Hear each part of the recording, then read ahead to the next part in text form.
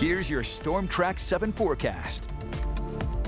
Good afternoon, Eastern Iowa. I'm Storm Track 7 meteorologist Danny Cassidy. Of course, the big story nationally, weather-wise at least, is Hurricane Helene, and it is expected to make landfall here by the end of tonight in the Florida Panhandle. Currently, as we speak, at roughly 11:35, it is a Category 2 hurricane with maximum sustained winds at 105 miles per hour, moving to the north-northeast at around 15 miles per hour. Now, this will continue to slowly move to the northeast, and again, should make landfall. It's 7 o'clock here just outside the Panhandle, so I'd say Central Time about 9 to 10 o'clock, but Florida time maybe about 10 to 11.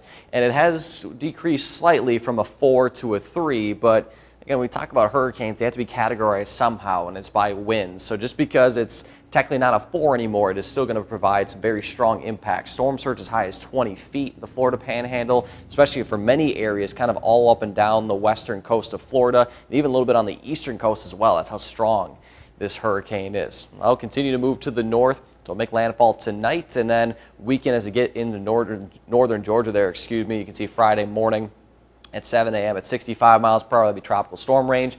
Then we'll kind of settle down here in the Tennessee, Kentucky area.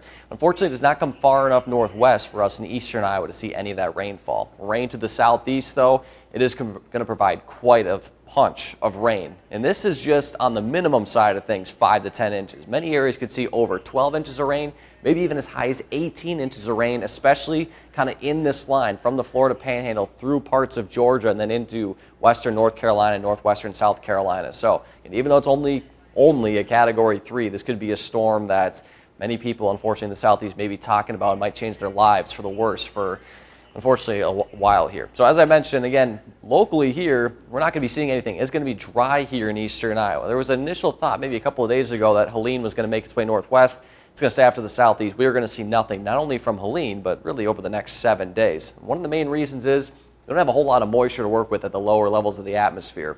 Right now, we're only going to be in the upper 40s and low 50s really through the next 5 days, maybe a little bit higher on Monday, but our temperatures are in the low to mid 80s. When you have that big of a gap between the temperature and the dew point, it's just not quite enough and not going to get it done to see any rainfall here in eastern Iowa. Instead, we're going to see plenty of sunshine and very pleasant conditions, warmer than normal conditions as we wrap up the month of September. So over the next couple of days for this afternoon, it's a little bit different from yesterday. We're actually not going to see too much cloud cover pop up, maybe a few kind of hit or miss cumulus clouds. Otherwise, it'll be a plentiful blue sky day today. So after the overnight hours, a few thin clouds moving from the southeast. That's kind of the northwestern extent of this massive system of Helene. And we'll see maybe a few thin clouds through the afternoon hours, but I think we'll still see some sunshine, especially to the north and to the west. And we'll still keep those warmer temperatures as we head through the day tomorrow. So overall, for the next couple of days, high temperatures today, upper 70s, low 80s, plenty of sunshine across the area with a light easterly wind. Then for tonight, with how dry it is, those temperatures will fluctuate quite a bit and drop down into the low 50s.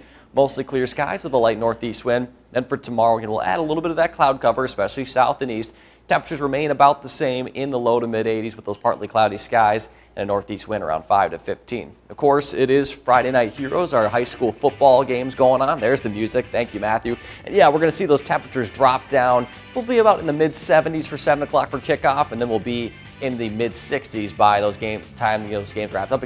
Light northeast wind should be perfect weather though for those Friday Night Heroes football games. Your city-by-city forecast for Waterloo, Dubuque, Cedar Rapids, and Iowa City. So the temperatures remain quite a bit the same over the next couple of days. Won't fluctuate too much. Saturday we'll be back to mostly sunny skies, and as we wrap up the month of September, just like we started, or I should say just like this week started, it is going to be pretty warm. The month started actually pretty cool, but overall the month's been pretty warm. After Monday, a cold front moves in. Our temperatures drop quite a bit, and you might be thinking, okay, a cold front, it means some rain, right? Again, there's just not enough moisture to really see any rainfall, so unfortunately we're going to stay dry. But temperatures drop about 15 degrees from Monday to Tuesday, just in time for October 1st. As we head through the first week of October, temperatures getting closer by the end of the week to 80 degrees.